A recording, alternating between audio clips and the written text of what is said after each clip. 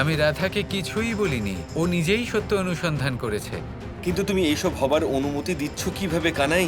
যদি রাধার কিছু একটা হয়ে যায় তাহলে ওকে এই সংঘর্ষে একা কিভাবে ছেড়ে দিলে তুমি কানাই? বারবার পাশে থাকা মানেই প্রকৃত সাহায্য করা নয়। কখনো কখনো শান্ত থাকা, আস্থা রাখা, শ্রদ্ধা করা,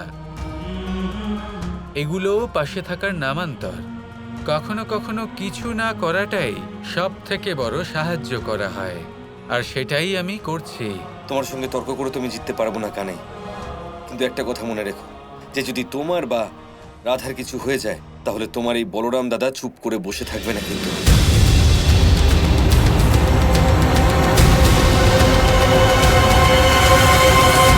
খুব ভালো বাঁশি বাজিয়েছো তুমি। এবার যদি অভ্যেস করো কখনো ভুলবে না। এবার রাধা আমাকে শেখাবে আর আমি তা শিখতে পারবো না? তা কি করে সম্ভব হতে পারে?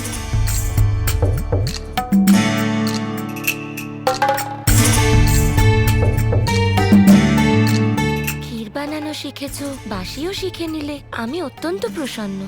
পায়েস বাঁশি কোনো ব্যাপার নয়। তুমি তো আমাকে ভালোবাসতে শিখিয়েছ। এবার শেষ একটা অনুরোধ আছে তোমার কাছে, সেটা পূর্ণ করে দাও। তারপরে আমি তোমার থেকে কিছুই চাইব না। কি অনুরোধ করবে? আমি তোমার সাথে রাসলীলা করতে চাই।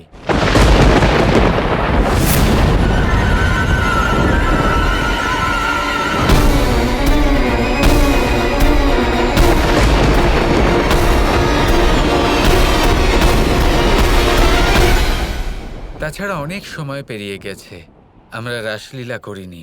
এবার রাস করি রাধা, ঠিক সেই দিনগুলোর মতো। আরও একবার আমাকে শিখিয়ে দাও না? কিন্তু কৃষ্ণ, তা কি করে সম্ভব? রাস তো অন্তিম চরণ, আর এখন কিভাবে তা কেন সম্ভব নয়? আমি হলাম কৃষ্ণ, তুমি হলে রাধা। রাধা কৃষ্ণের প্রেমের এই বন্ধন আর আকর্ষণ কিছুটা এমন যে এই রাস কখনোই থামতে পারে না।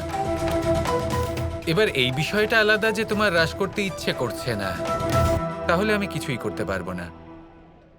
আমি এই প্রশ্নের উত্তর স্বয়ং তোমার মুখ থেকে শুনতে চাই। তুমি কি আমার সাথে রাসলীলা করবে না রাধা? যদি ওর অন্তরের কৃষ্ণকে জাগাতে হয়, ওর মধ্যে পরিবর্তন আনতে হয়, তাহলে রাসলীলা শেখাতেই হবে।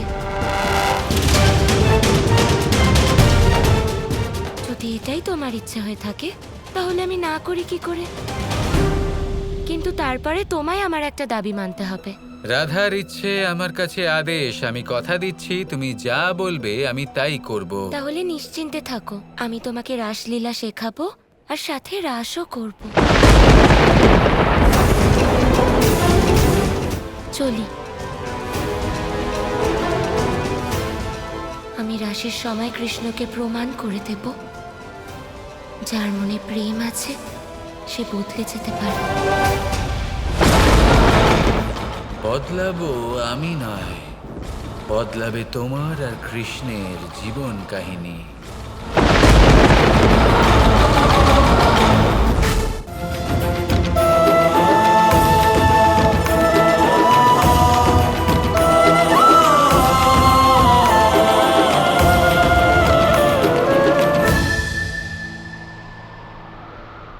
কি অদ্ভুত পরিবেশ এখানে। শুধু তোমার জন্য অপেক্ষা করছিলাম। যখন তুমি এসে গেছো তখন রাস করি। হ্যাঁ, করব তো, কিন্তু তোমায় রাসের ব্যাপারে একটা কথা বলার আছে। কপটাসুর আছে না, ওর কাছে একটা পরিকল্পনা আছে। কপটাসুর? কি বললে তুমি? কি হলো? কপটাসুরের নাম শুনে চমকে গেলে কেন? তুমি তো এমন ভাবে বলছো প্রথমবার কপটাসুরের নাম শুনলে। তার মানে আমার সন্দেহ ঠিক ছিল। তুমি জানতে আমি হলাম কপটাসুর, একজন বহুরূপী যে কৃষ্ণের রূপ ধারণ করে এখানে ঘুরে বেড়াচ্ছে। তুমি জানতে যে রাসের জন্য এইসব সহ্য আমি করেছি। এটা উচিত হলো না। অর্থাৎ? অর্থাৎ আর কিচ্ছু বলো না রাধা। তোমাকে আমি অন্তর থেকে ভালোবেসেছিলাম। আর তুমি কি করলে? তুমি সব জানতে, তাও তুমি আমার আড়ালে কৃষ্ণের সাথে গিয়ে দেখা করতে।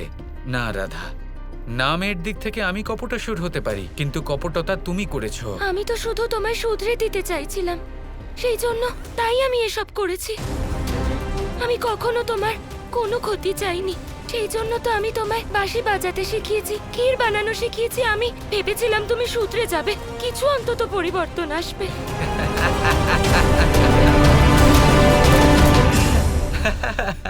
কি হলো, হাসছো কেন?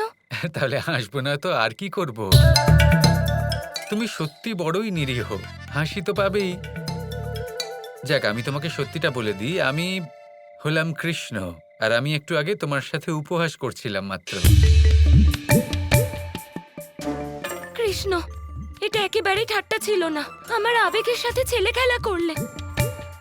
কেউ করে এরকম? আমি এরকম লীলা, এরকম উপহাস রাধার সাথে আর কেই বা করতে পারে? আর আমি তোমার উপর রাগও করতে পারি। আমি ভেবেছিলাম যে এখানে এসে তোমার সাথে দুটো প্রেমের কথা বলবো, তাহলে বলো। কিন্তু তুমি এটা যোগ্যই নও। চলে যাচ্ছি আমি।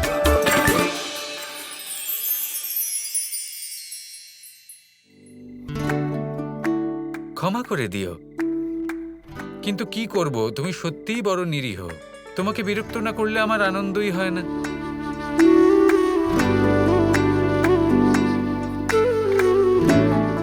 রাধা,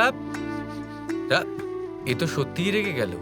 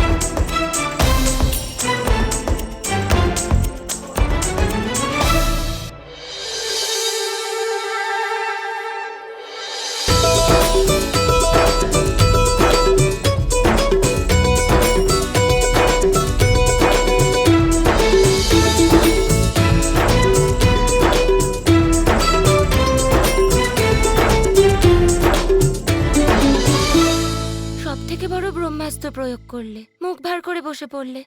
তুমি কি বলতে চাইছো রাধা? তুমি খুব ভালো করে জানো আমি তোমায় এমন মনমরা হয়ে থাকতে দেখতে পারবো না। আর সেই জন্যই তো আমি মনমরা হয়ে বসে আছি। আবার একবার উপহাস? আবার নয় তো কি, রাধা কৃষ্ণের সম্পর্কটাই কিছুটা এরকম, একটু হাসি ঠাট্টা হতেই থাকে।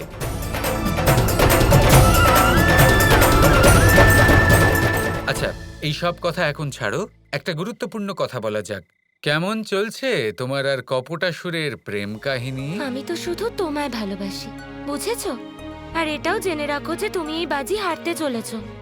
কপটাসুর বদলে গেছে, শুধু একটা কাজ বাকি আছে। কিন্তু কি বলো?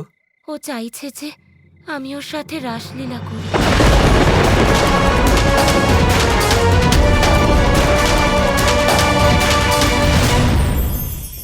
মানুষের দুটো রূপ রয়েছে, এক আমাদের এই মুখ যা শুধুই চোখে দেখা যায়, আর দ্বিতীয় আমাদের এই মন যা শুধুমাত্র অন্তরাত্মা দ্বারা দেখা যায়। এবার আমাদের এই মুখ তা ঈশ্বর সকলকেই আগে থেকেই প্রদান করেছেন, কিন্তু এই মন কেমন হবে তা আমাদের জীবনের অনুভূতি এবং আমাদের জীবনের লক্ষ্য এগুলি সুনিশ্চিত করে। অর্থাৎ নেত্র দিয়ে দেখা যায় আমাদের এই মুখ, তা শুধুই এই কারণে প্রয়োজন যাতে সংসার আমাদের দেখতে পায়, আমাদের চিনতে পারে। কিন্তু যদি এই সংসারে আপনি প্রকৃত অর্থে মান সম্মান লাভ করতে চান, তাহলে নিজের অন্তরাত্মাকে আপনাকে বিকশিত করতেই হবে। দেখুন, কথায় আছে এই যে অসুর, তা শারীরিকভাবে উপস্থিত নয়, তা মনের মধ্যে থাকে।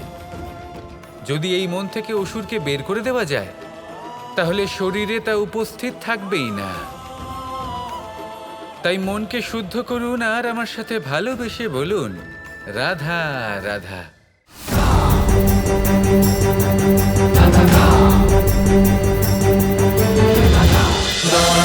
Krishna Krishna Krishna Krishna